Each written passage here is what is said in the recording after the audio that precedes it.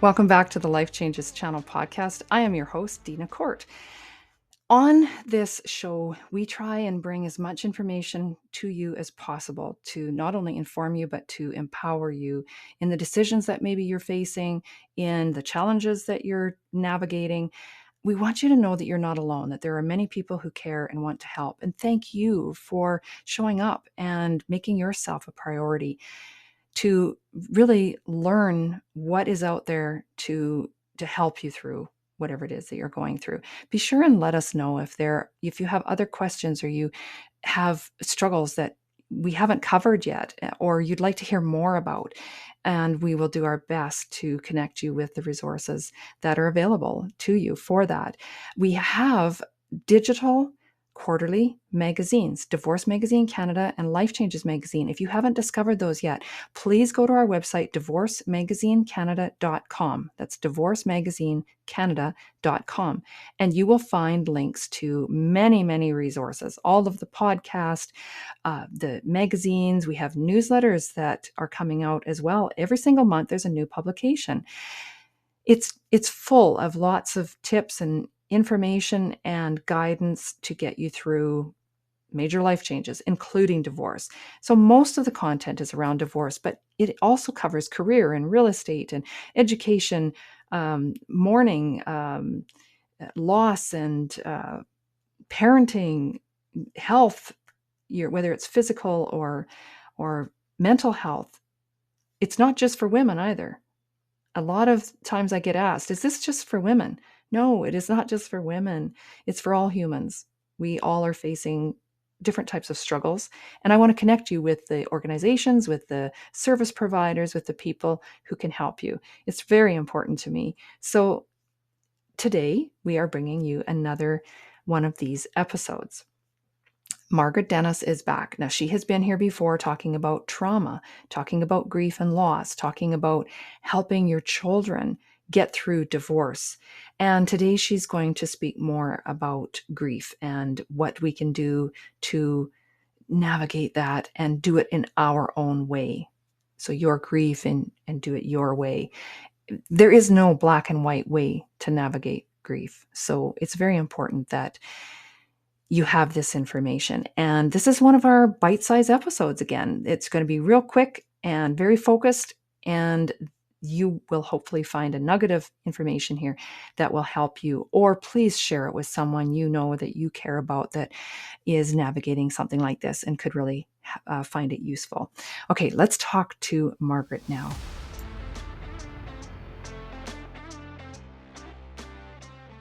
I'm happy to have Margaret Dennis back in the house. Well, she's in her house, I'm in mine. But Margaret knows a lot about grief personally, and she's also made it the work that she does with her life to support people. Grief can be a part of so many things, and often it's in places that we haven't anticipated it, including divorce, even if you were the one who initiated a divorce or a separation, or another life change. There can be other life changes where grief pops up. Maybe you are all excited about changing your career, having a new baby, or moving into a new home. And then it's like, oh, I miss my old home, or I'm grieving the loss of my connection with my peers at this other workplace, or having a new baby, I kind of miss my single life, but I don't know how to, deal with that sort of thing. So there's grief that pops up in a lot of places. And the expert is here to give us a quick tip around finding joy and just dealing, with your own grief. Well, thanks, Dina. Yes, grief can crop up anywhere. There are thousands of different things that will cause you to feel grief, and it's any loss or change. That's how it's defined. Any loss or change in your life can cause grief. And so, depending on what that loss or change is, there might be other feelings that are more predominant, like anger, frustration, or joy, even, right? Like you get married, but then there's like, oh, I'm no longer single. And there's always a little bit of grief. And so it's being able to identify that grief piece is really important, because when you don't, it just stays inside your body as an emotional component, an emotional memory, and will come up later if you don't acknowledge it. But we don't always see it. However, when we do see it, There's so much out in society right now that says this is how you're supposed to grieve. This is what it's supposed to look like. But what I would like to share is that when it's your grief, your journey, your grief, your journey. Every grief journey is different and unique to you. You're coming at it from different experiences, different memories, different thoughts, different beliefs. And so you and your neighbor may both be going through a divorce, but how you grieve it will be very different from how they'll grieve it, because their experiences are completely different, and their what they feel is important, what they everything is different.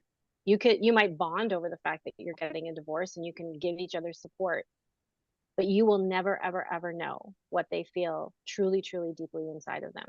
And so I think it's really important that when we see people who are grieving and we want to support them, we go into it without any judgment or expectations about what that's supposed to look like for them, and just give them the space to grieve. But as the person grieving, give yourself permission to grieve however you need to grieve. If that means you need to go shut yourself away for a couple of days and just have time to yourself, fine. If it means you need to be super busy for a while, do that. But grieving is a journey. Grief is definitely a journey, and everybody's journey is different. And sometimes we can be surprised at the grief that shows up when we're not expecting it. But let it be there. Let yourself feel it, move through it. But your grief, your journey.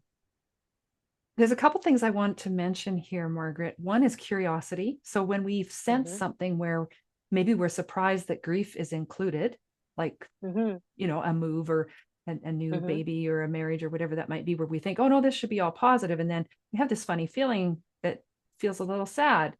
Maybe get Mhm. curious about that. And, am I feeling, what could I be sad about? I wonder why, what there could be. And then allow yourself to explore it so you can work through it and it doesn't come Mhm. up later.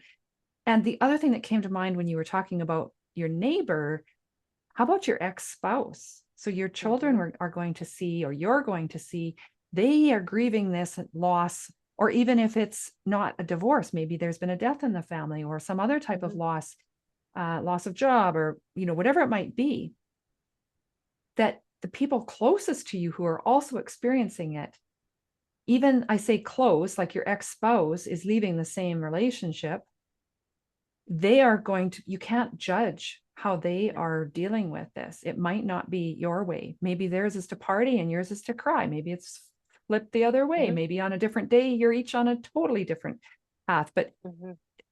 be curious and no judgment would Mhm. I probably love that. fit this. Oh, 100%. 100%. Be curious for sure. And And also, nurture. when you're being curious, try not to let yourself feel guilty about it either. Like Yes. it's like you've just had a brand new baby and everything says, oh, you have to be so happy and joyful. And then you're feeling sad. And you're like, okay, now I feel guilty for feeling sad. And I've got this beautiful little baby in my arms. Like, just ignore if you can, just say, no, no, there's a part of me that's sad. Acknowledge it, feel it, like you said, feel it, and then let it go. But knowing that it's there is important. If you start feeling guilty, you're just going to push it down, and it will come out later in different ways, because what happens is the more grief you ignore over time, all these little things that happen, they build up, build up, build up, build up, build up, become compounded grief, and then all of a sudden in your 40s and 50s, you're wondering why you're depressed. Well, there's a whole bunch of stuff built up inside of you haven't dealt with. Yeah. You need to, if it comes up, give it some space, acknowledge it. Like you said, get curious, find out, well, where's that coming from? Oh, I'm sad because I'm now bonded to another child or another human for the rest of my life. I no longer can do things without thinking of somebody else. It's a big change. Well, and speaking Not of a those bad change, but children, yeah. we can be curious when we see, like, if our children demonstrate some sadness or Mhm. grief around things, or just bring it up and say, how do you feel about new baby or move or the Mhm. divorce or living in a different place, whatever it might be? How are you feeling? Yes. And get curious and help them understand that that's okay. It's grief. Mhm. And Mhm. yeah, it's just, Yeah. it's something that is part of even happy times or sad times, like whatever it might be. Mhm. So your grief, Yeah. your journey. Where can Mhm. people connect with you, Margaret, to learn more and maybe explore their own grieving process with your assistance? Sure. Best place is my website. You can get hold of me there. You can learn about me. You can get some resources. You can book a call, connect to my social media stuff. So my website address is www.evolvecoaching.com. Evolve without an E. I like to make it difficult for people. So www.evolv, no E, coaching, coaching.com.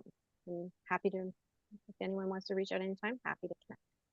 Perfect. We'll include that in the show notes so they don't even have to be worried about the spelling. They can just click it and go and visit you. So please reach out for these resources. You aren't alone. You don't have to struggle through this alone or figure it out. Thank you, Margaret. We look forward to having you back again someday. Thank you so much.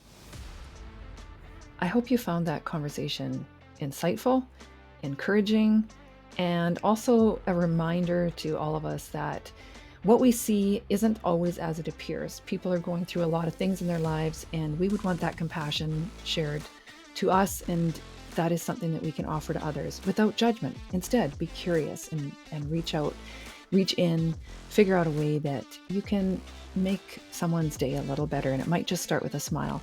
I thank you very much for spending your time with me here today, and encourage you to please subscribe to the podcast, follow us on social media, check out our events. We have lots of ways that we can help you or someone that you love. Share this with a friend if there's someone that you know could benefit from this.